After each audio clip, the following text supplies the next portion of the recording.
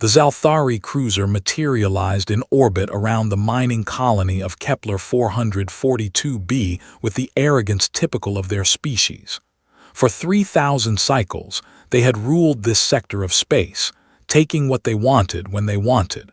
Today, they wanted Anna.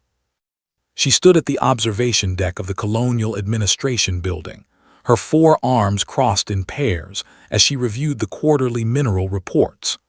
Anna was Velkari, a species known throughout the galaxy for their exceptional mathematical minds and their distinctive blue-gray skin that shimmered like oil on water. As the colony's chief logistics officer, she had transformed Kepler 442b from a struggling outpost into one of the most efficient mining operations in human-controlled space. The transportation beam caught her mid-thought. One moment she was calculating tonnage rates, the next she stood in the sterile white holding cell of a Zalthari ship. The transition was disorienting, but Anna had lived long enough to know panic was useless. She assessed her situation with the clinical precision her species was famous for.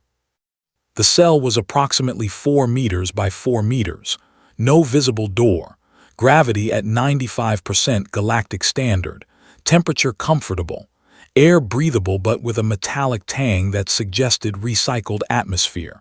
Conclusion: they wanted her alive and relatively comfortable. That was something. A holographic projection flickered to life before her. The Zalthari who appeared was tall even by their standards, with the elaborate cranial ridges that denoted high rank. His skin was the deep purple of Zalthari nobility, and his eyes held the cold calculation of someone who had never been told no.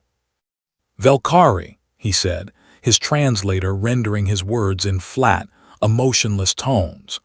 "I am War Leader Kreshnek.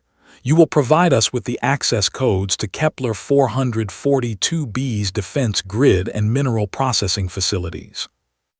Anna's primary hands remained crossed while her secondary hands gestured dismissively. "I am Anna Reeves, citizen of the Terran Federation, resident of Kepler 442b, and I don't respond well to kidnapping." Kreshnek's expression didn't change. Emotion was weakness in Zalthari culture. "Your species designation is irrelevant. Your colony sits on deposits of refined neutronium worth more than your entire planet. You will cooperate, or we will extract the information through neural scanning. The process will leave you a vegetable, but that is your choice." "You might want to reconsider this course of action," Anna said calmly. Her heartbeat remained steady at 60 beats per minute. The Zalthari probably had biomonitors on her, and she wanted them to see she wasn't afraid. "We have considered everything," Kreshnek replied. "The nearest human military vessel is 3 days away. Your colony's defenses are minimal. There is no scenario in which you are rescued before we have what we need." Anna allowed herself a small smile. "You said you considered everything. Did you consider what happens when you kidnap someone's wife?" For the first time, something flickered across Kreshnek's face. Confusion, perhaps. The Zalthari didn't practice marriage.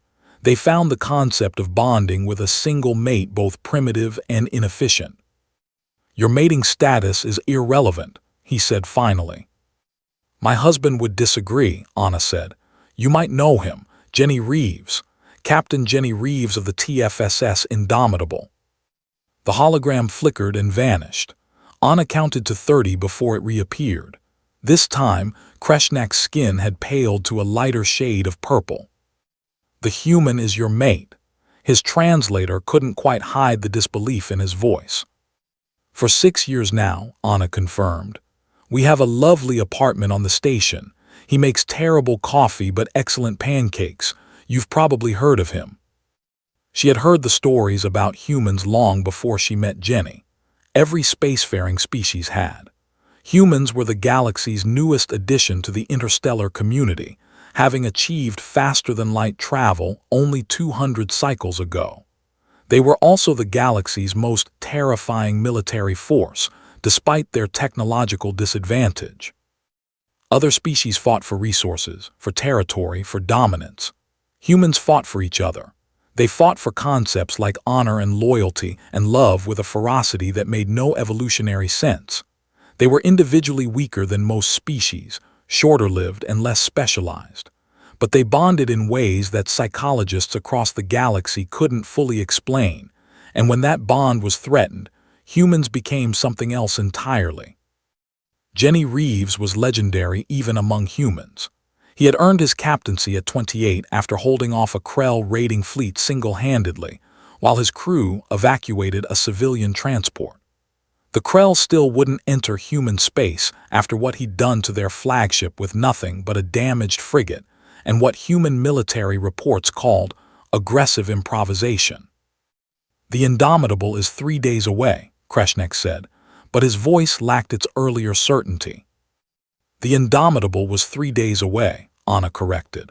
"When you kidnapped me 2 hours ago. You see, my husband has this habit. Every morning we have breakfast together via comlink when he's deployed. If I miss breakfast without warning, he worries. And when Jenny worries about me, he does something humans call breaking every speed record and safety regulation known to spaceflight." As if on cue, the ship shuddered. Alarms began wailing throughout the Zalthari vessel. Kreshnek's hologram flickered as power diverted to shields. "Impossible," he whispered. "No ship can cross 3 days of space in 2 hours." "Human ships can't," Anna agreed. "But my husband stopped caring about what his ship could do when you took me. He's probably burned out half the engine core getting here. He'll worry about court-martial later." The ship shuddered again, more violently. Anna could hear the distinctive whine of human plasma cannons through the hull. The Zalthari had better shields, better weapons, better everything. But Jenny had something they didn't: absolute certainty that he was going to get his wife back. The cell door materialized as emergency power kicked in. 2 Zalthari guards stood there, weapons drawn. Behind them, Anna could see crew members running through corridors, their purple skin pale with fear. "War Leader Kreshnek offers terms," one guard said. "We will return you immediately in exchange for safe passage." Anna walked past them without acknowledging the weapons. "You should have led with that offer." They escorted her to the transportation bay. Through the viewports, she could see the Indomitable. The human frigate looked like it had flown through a star. Armor plating was scorched black, one engine nacelle was completely dark, and there were actual holes in the hull that emergency crews were sealing with foam. Jenny had pushed the ship past every safety threshold to get here. As the transportation beam activated, Anna saw Kreshnek one final time. The war leader stood at his command station, watching his tactical displays with the expression of someone who had just learned a fundamental truth about the universe. "Tell your people," Anna said as she began to dematerialize. "Humans don't surrender, they don't negotiate, and they absolutely don't forgive when you touch their loved ones." She materialized in the Indomitable's transporter room. Jenny was there, still in his captain's uniform, his brown hair wild from running his hands through it, his green eyes red-rimmed from 2 hours of sustained terror. "Anna," he breathed, and then she was in his arms. He was shorter than her by half a head, as most humans were compared to Velkari. His 2 arms could barely reach around her torso. He was soft where she was hard, emotional where she was logical, impulsive where she was calculating. He was, by any objective measure, a terrible match for her species. He was also the only being in the galaxy who would burn out a starship's engines and risk court-martial for her.